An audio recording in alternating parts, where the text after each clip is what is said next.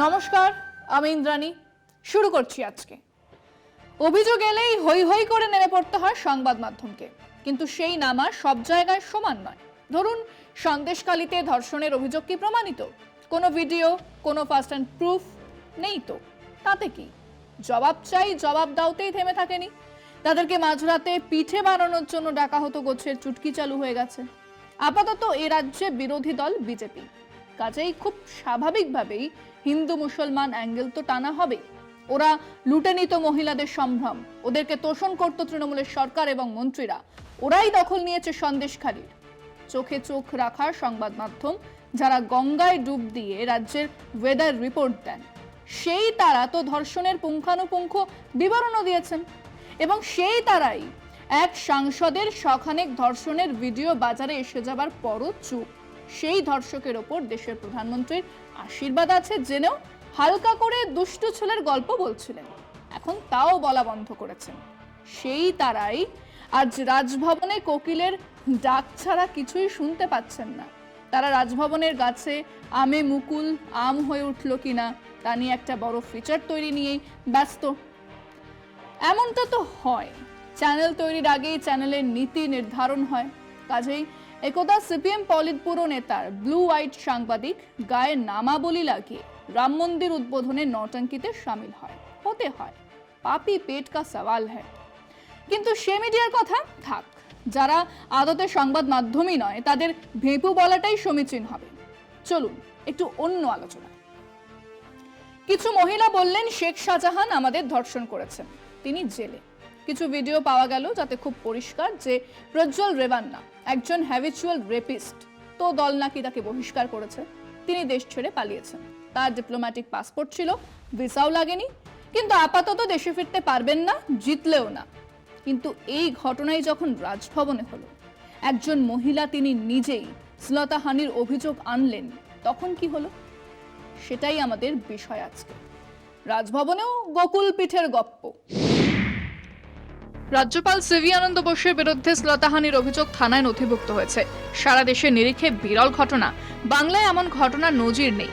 রাজভবনের এক অস্থায়ী কর্মী রাজ্যপালের নামে সরাসরি এমন গুরুতর অভিযোগ করায় স্বাভাবিক কারণেই আলোড়ন পড়েছে রাজ্য জুড়ে। ভোটের আবহে তা নিয়ে রাজ্য রাজনীতির পারদও চড়তে শুরু করেছে। রাজ্যের সাংবিধানিক প্রধান রাজ্যপাল, সে কারণে এই ধরনের অভিযোগ উঠলেও তা নিয়ে প্রশাসনিক পদক্ষেপ সহজ নয়। কিন্তু সাধারণ নাগরিক হিসেবে কারো বিরুদ্ধে এমন অভিযোগ উঠলে ফৌজদারি আদালতে তার বিচার হয়ে থাকে। রাজ্যপালের সাংবিধানিক রক্ষা কবচ রয়েছে। আম জনতার অবশ্য প্রশ্ন, সাধারণ কেউ এমন অপরাধ করে থাকলে তাকে গ্রেফতার করে বিচার হয়, তাহলে ভারতের নাগরিক হওয়া সত্ত্বেও রাজ্যপালের ক্ষেত্রে ব্যতিক্রম কেন? যে কথা বলছিলাম, একজন সাধারণ নাগরিকের বিরুদ্ধে যখন শ্লীলতাহানির অভিযোগ আসে, তখন তাকে প্রাইমারি সাসপেক্ট হিসেবে গ্রেফতার করা হয়। একজন রাজ্যপালকে নিয়ে কি করা হবে? আমাদের রাজ্যপাল আবার নেতাজি সুভাষচন্দ্র বোসের নাম থেকেই নিজের নামে বোস ব্যবহার করেন। অবশ্য সেটা কোনো গুরুত্বপূর্ণ বিষয় নয়, কারণ দাড়ি রাখলেই যে লোকে রবীন্দ্রনাথ হয়ে উঠবে তা তো নয়। দেশের প্রধানমন্ত্রী পারেননি, তো এই রাজ্যপাল আর কি করে হবেন, তাও আবার নেতাজি। কিন্তু তিনি তো অভিযুক্ত, তাহলে কি হবে? রাজ্যপালের এক সাংবিধানিক রক্ষা কবচ থাকে, তাকে গ্রেফতার করা যায় না বা তাকে সরাসরি এই মামলাতে জড়ানো নাকি যায় না, মানে এই পর্যন্ত এটাই অনেকে বলছেন। এমনিতে রাজ্যপালদের নামে এমন অভিযোগ নতুন নয়, কিচ্ছাও নতুন নয়।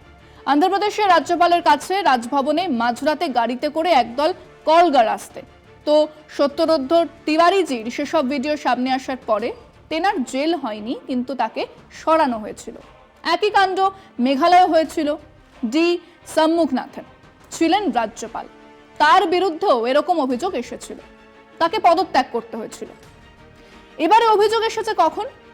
প্রধানমন্ত্রী কলকাতায় আসছেন, রাজভবনেই থাকবেন, তার আগেই এই অভিযোগ চলে এলো। নি জার্ক রিয়াকশন দেখা গেল আমাদের সিভি আনন্দ বোসের। সঙ্গে সঙ্গে রাজভবনে যাতে কলকাতা পুলিশ না ঢোকে তার নির্দেশ দিলেন, এবং জানা নেই কেন একজন রাজ্যের মন্ত্রী চন্দ্রিমা ভট্টাচার্যের রাজভবনে প্রবেশে নিষেধ বলে জানালেন। কেন? ওই একজন মন্ত্রীকেই বাছা হলো কেন? তার প্রবেশ নিষেধ হলো কেন? না, রাজভবন থেকে এ নিয়ে কোনো ক্লারিফিকেশন দেওয়া হয়নি। হেয়ার স্ট্রিটে মামলা দায়ের হয়েছে, তদন্ত চলছে। আমরা আমাদের দর্শকদের জিজ্ঞেস করেছিলাম, মহিলাদের শ্লীলতাহানির মতো ঘটনার অভিযোগের ভিত্তিতে শেখ শাহজাহানকে যদি গ্রেফতার করা যায় তাহলে রাজ্যপালের ক্ষেত্রে আলাদা বিচার কেন? শুনুন তারা কি বলেছেন। সে শাহজাহান শেখ হোক বা যেই হোক, সে রাজ্যপালও হতে পারে। রাজ্যপাল যদি একই দোষে দুষ্ট হয়, আইন সবার জন্য সমান, সবার জন্য একই আইন প্রয়োগ করে অবশ্যই যদি প্রমাণিত হয় শাস্তি প্রদান করতে হবে। বিচার ব্যবস্থা সবার ক্ষেত্রে সমান হওয়া উচিত।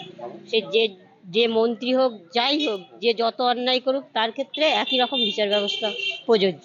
রাজ্যপালের মতো আসন অলঙ্কৃত করে নিজের কর্মচারীকে যিনি শ্লীলতাহানি করে অবিলম্বে তার গ্রেপ্তারের দাবি জানাচ্ছে।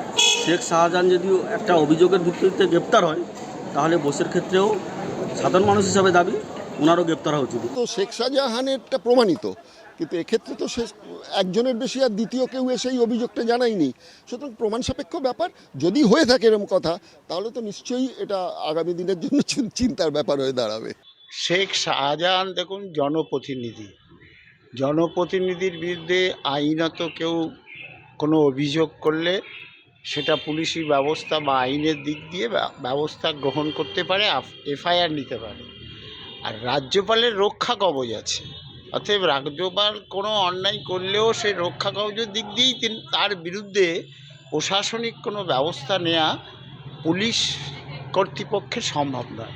শাহজাহানের বিরুদ্ধে যে রকম বিচার হচ্ছে বা নারীরা গর্জে উঠেছে, এখানেও আমি চাইবো যে সব নারী গর্জে উঠুক বা সমানভাবে বিচারটা হোক। সংবিধান অনুযায়ী তার ক্ষমতা বলে তিনি রাজ্যপাল হয়েছেন, তার কিছু সাংবিধানিক রীতিনীতি রয়েছে। হ্যাঁ, এবার তার সঙ্গে তো দুটো মিলিয়ে দিলে চলবে না।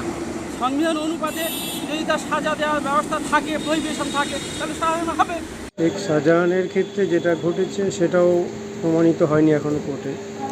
আর বোসের ক্ষেত্রেও যেহেতু একটা মেয়ে অভিযোগ করেছে শ্লীলতাহানি, আইনের এতে নিয়ে তাকে গ্রেপ্তার করে বা তদন্ত করে তার বিষয়টাকে দেখা উচিত। সেখানে পার্টিকুলার একটা নেতৃত্বের জন্য আলাদা করে নিয়ম হবে, এটা কোনোভাবেই সমর্থনযোগ্য, এটা আমরা কোনোভাবেই মেনে নিতে পারি না।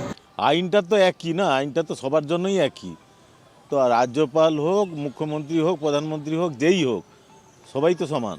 সে বড় নেতা হোক আর ছোট মানে লোয়ার ক্লাসের কোনো মানুষ হোক, তার ক্ষেত্রে সমান বিচার হওয়া উচিত। আমি এটাই চাই।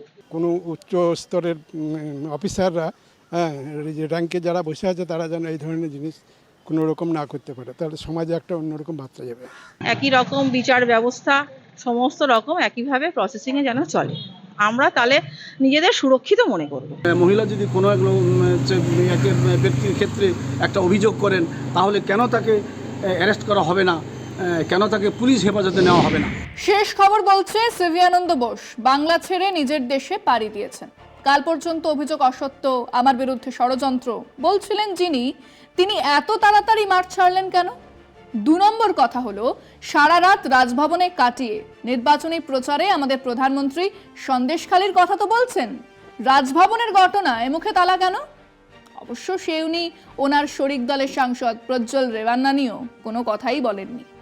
3 নম্বর কথা হলো, রাজভবন এপিসোডের পরে আমাদের রাজ্যের শিক্ষামন্ত্রী আপাতত কিছুদিন আরামে ঘুমোতে পারবেন, এ কথা বলাই বাহুল্য। আজকে পর্যন্তই।